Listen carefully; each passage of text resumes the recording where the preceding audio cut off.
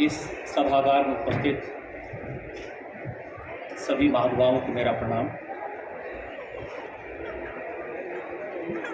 सबसे पहले तो मैं देवदत्त जी का आभार प्रकट करना चाहता हूं कि उन्होंने मुझे इस कार्यक्रम में बुलाया।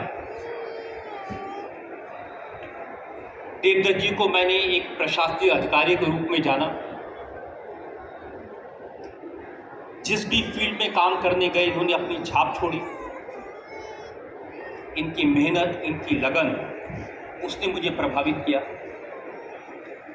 और पिछले कुछ वर्षों में सनातन धर्म को आगे बढ़ाने के लिए, हमारे तीर्थ स्थानों को प्रमोट करने के लिए, माँ गंगा का यश दुनिया भर में पहुंचाने के लिए इन्होंने जो काम किया है, मैं उसके लिए देवदत्त जी का बहुत बहुत अभिनंदन करता हूँ। मैं इनका आभारी हूँ कि इनके कारण मुझे महान संत महामंडलेश्वर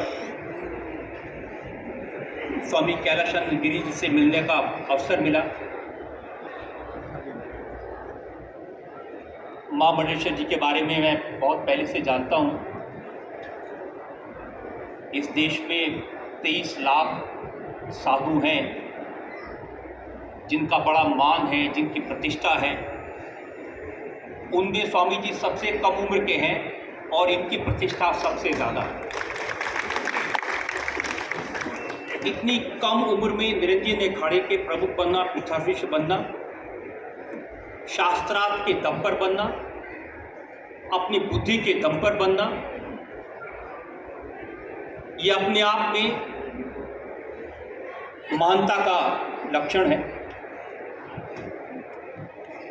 और मैं आपको बता सकता हूं कि एक बड़ा काम स्वामी जी कर रहे हैं। देश भर में जहाँ जहाँ साधु समाज है, संत समाज है, दक्षिण भारत में हो, उत्तर भारत में हो, सबको साथ लाने का काम, सबको जोड़ने का काम, असल में भारत को जोड़ने का काम, साधु संतों को जोड़ने का काम ये कर रहे हैं। उसके लिए मैं इनका बहुत बहुत अभिनंदन करता हूँ। निशिकांत दुबे जी वैसे तो लोग मेंबर ऑफ पार्लियामेंट के तौर पर जानते हैं, लेकिन मैं बहुत वर्षों से इनको जानता हूं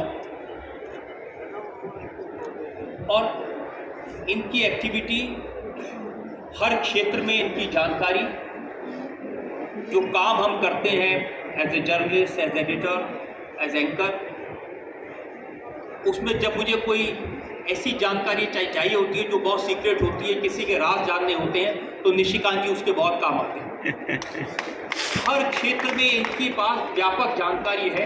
हर व्यक्ति के बारे में, उसके परिवार के बारे में, उसके इतिहास के बारे में ऐसे कम लोग होंगे देश की राजनीति में जितनी जानकारी इनके पास है। इंद्रेश जी तो सीक्रेट आपको बता ही चुके हैं। 40 बरस से मैं जब विद्यार्थी था तब से उन्हें जानता हूँ। विद्यार्थी परिषद में रहा तब से इनके भाषण मैंने सुने हैं। और हिंदू मुस्लिम एकता के लिए जो इंद्रेश जी ने काम किया है वो वाकई में सराहनीय काम है। ये कोई आसान काम नहीं है। संघ में रहते हुए ये काम करना, लोगों को जोड़ना, और ख़ास तौर पर जिस तरह से इन्होंने मुस्लिम महिलाओं को जोड़ा है, मेन स्ट्रीम में लाए हैं, उसके लिए इनका जितना आभार व्यक्त किया जाए कम। श्याम जाजू जी आजकल मेरे पड़ोसी हैं, बीजेपी के नेता हैं, नागर जी हैं। आप सब लोग जो इस मंच पर उपस्थित हैं, आप सब लोग किसी न किसी रूप में गंगा से जुड़े हैं। और मेरा सौभाग्य यह है कि मैं आज आप सबसे जुड़ा हूं। सही बात। गंगा के स्वरूप के बारे में, गंगा के बारे में आप सब जानते हैं। मुझे सिर्फ इतना कहना है कि गंगा ने तो हमें बहुत कुछ दिया है। गंगा जीवन देती है, गंगा मृत्यु को अपने में समाहित करती है, हमारी अस्थियों को भी अपनी गोद में ले लेती है। गंगा तीर्थ है, गंगा किसान के लिए जीवनदायिनी है, गंगा पापों को अपने भीतर समा लेती है, गंगा मंदिर देती है, प्रार्थना देती है, भक्ति देती है। लेकिन हम गंगा को क्या देते हैं? गंगा हमें जीवन देती है, लेकिन हम गंगा को गंदे नाले देते हैं, गंगा के किनारे उद्योग लगाते हैं जिनका एसिड गंगा में गिरता है, हम गंगा को प्रदूषित करते हैं, हम दुनिया भर का कचरा गंगा में डालते हैं, हम फिर कहते हैं गंगा मैली है, फिर हम कहते हैं गंगा प्रदूषित है। जो लोग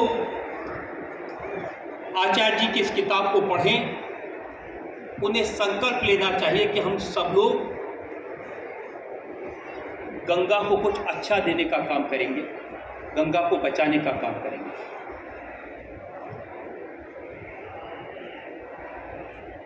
हम सब लोग मां मंडेश्वर जी की बात सुनने का इंतजार कर रहे हैं।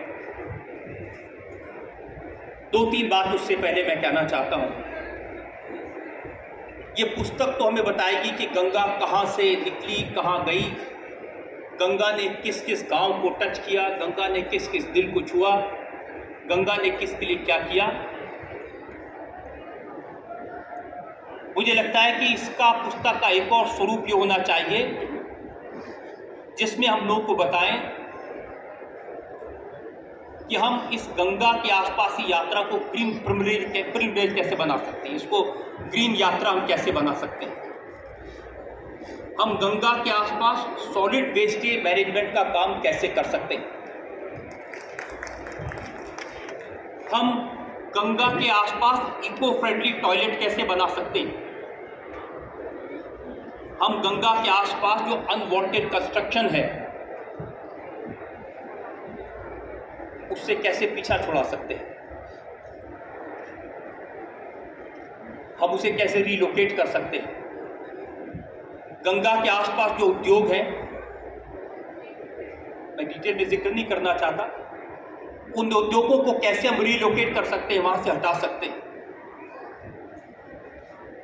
हम कैसे गंगा के आसपास ट्री प्लांटेशन कर सकते हैं और गंगा के साथ जो प्रदूषण है, जो गंदगी है, उसको कम करने के लिए देश का जन सामान्य कैसे इस पुस्तक से प्रेरणा ले सकता है, ये बहुत बड़ी चुनौती है हमारे सामने।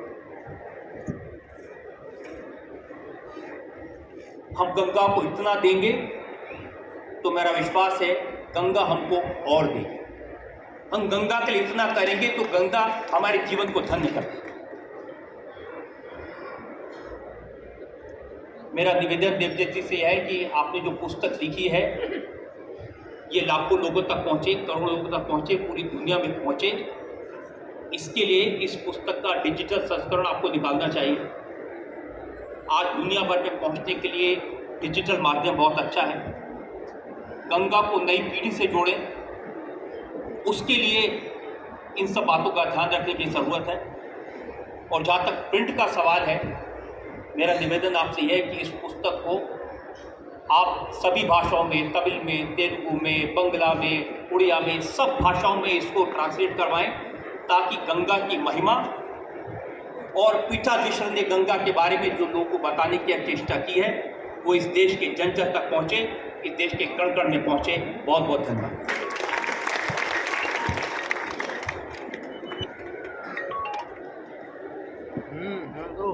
माननीय रजत शर्मा जी ने बहुत ही सामयिक बात कही है कि हमने